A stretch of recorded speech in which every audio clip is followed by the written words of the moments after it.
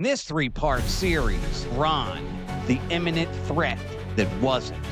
We're starting with a warning. One that didn't come from a pundit or a politician, but from someone who understood the Middle East from the ground level. Someone who said long before this war began that if the United States got pulled into a conflict with Iran, it would be a trap.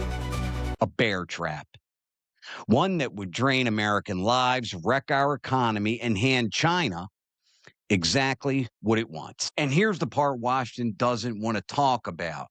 Iran posed no imminent threat to the United States. None. The only imminent action was an Israeli strike on Iran. A strike Israel was preparing to launch come hell or high water. And everyone in Washington knew what would follow.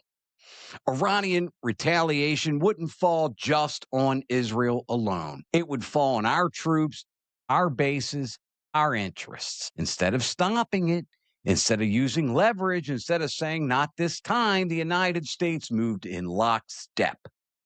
And the moment we did, escalation became unavoidable. That's not speculation. Senior officials admitted publicly that the chain reaction began with Israel's decision to strike. And the person who warned about this, the person who laid out this exact scenario, didn't stay silent. He didn't play along. He didn't pretend this was in America's interest. He resigned.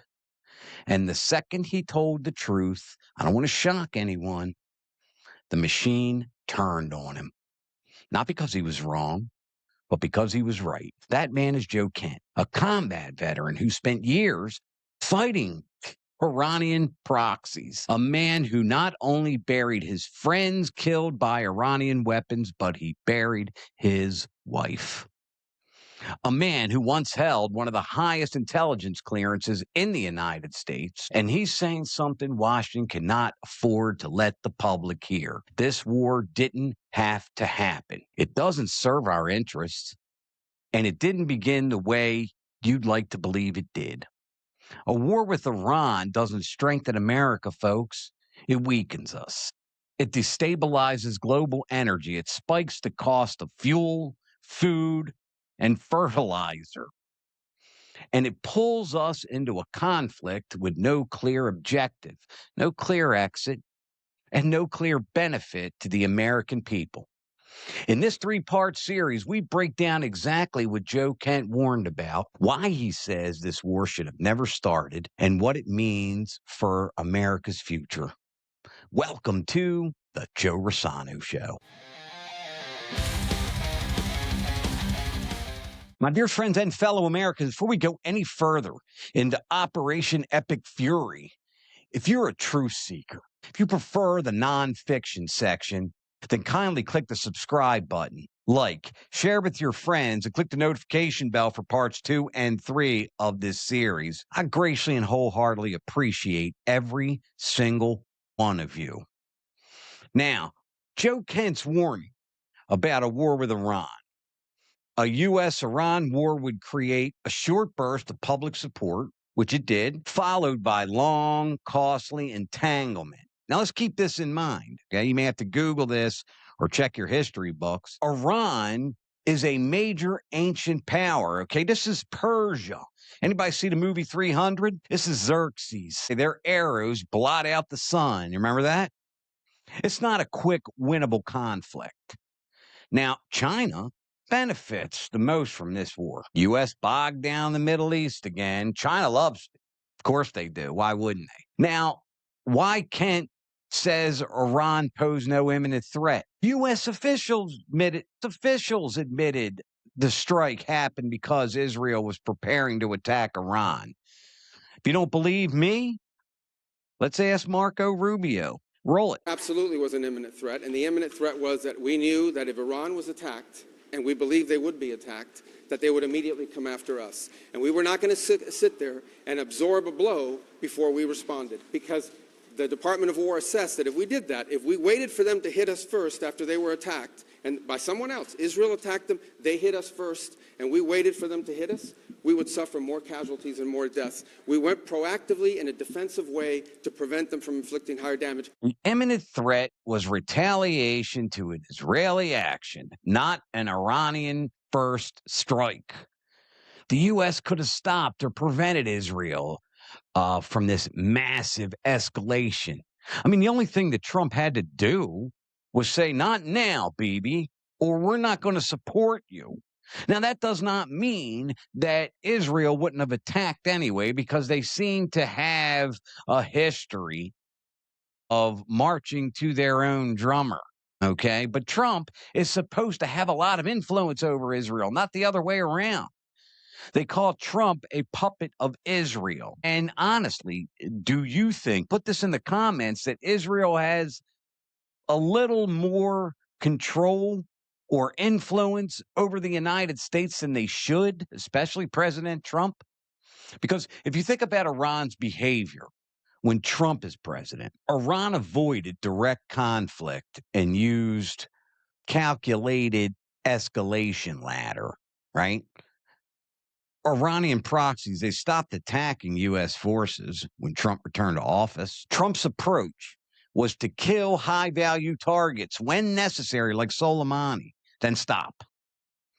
Apply maximum economic pressure instead of full-scale war. Now, think about this. Former President Trump on the campaign trail, he said, Iran was broke after my first term. Before his first term, Barack Obama. After his first term, Joe Biden turned Iran into a superpower.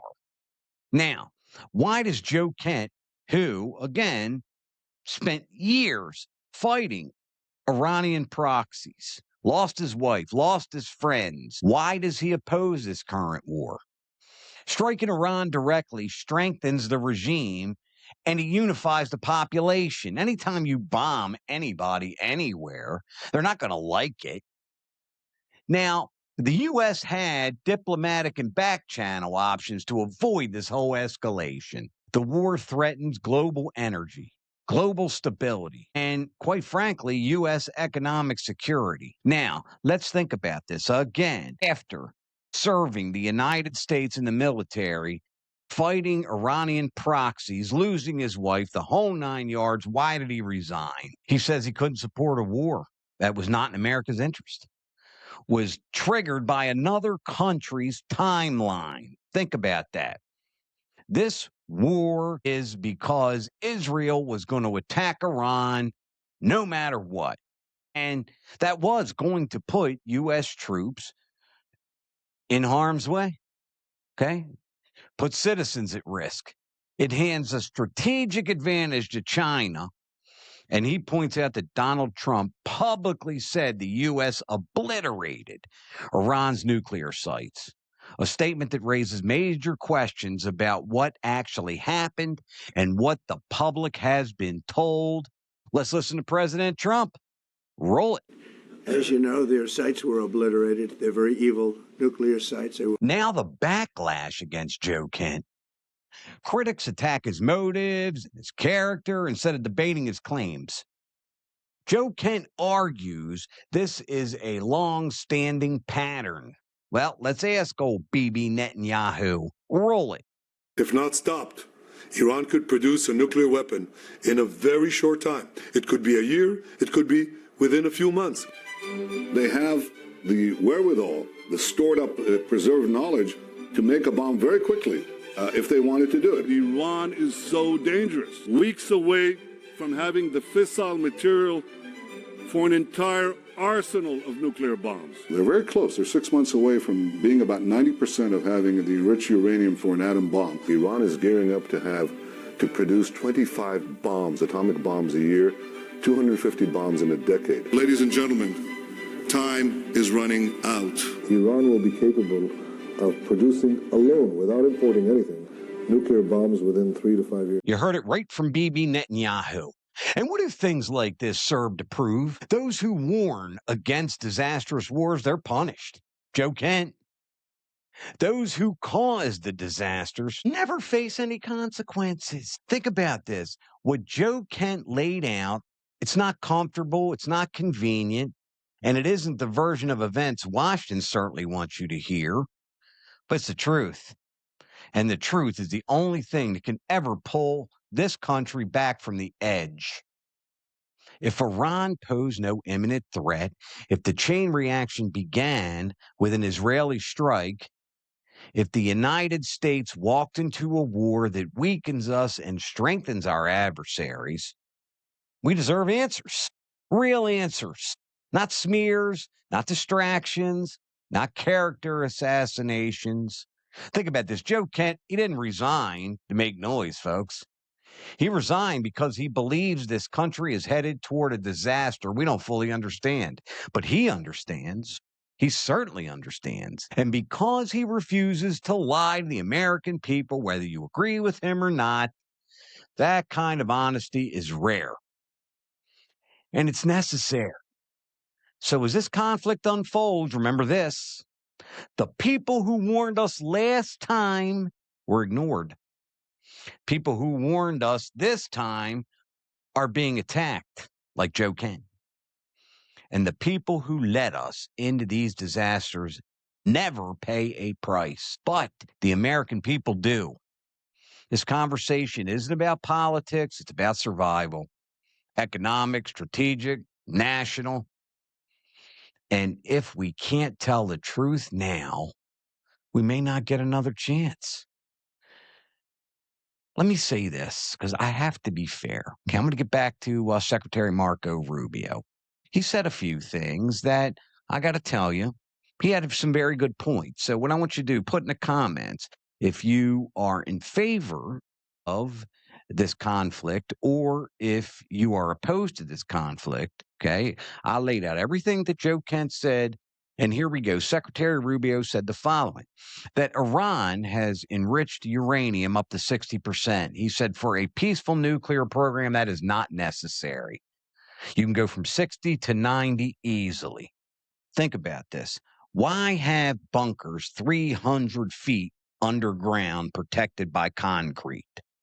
Why? I mean, you got to admit, folks, that's a good question. And another question that Secretary Rubio raises is, why does Iran have a space program? They're not going to the moon, as he said, and he's right. They're not going to Mars. What do they got a space program for? So think of those three things, okay? Enriched uranium up to 60%, bunkers 300 feet underground, heavily protected, and a space program. That you want to think about. We'll be back for part 2 tomorrow. Part 3 is on Wednesday, and we'll be back on Thursday to answer your questions and comments. As always, my dearest friends, God bless you. Don't forget to adopt a pet, and we'll see you next time. Thank you so much for watching. If you like this type of content, please kindly hit the subscribe button, like, share, comment, click the notification bell for all latest episodes of The Joe Rosano Show.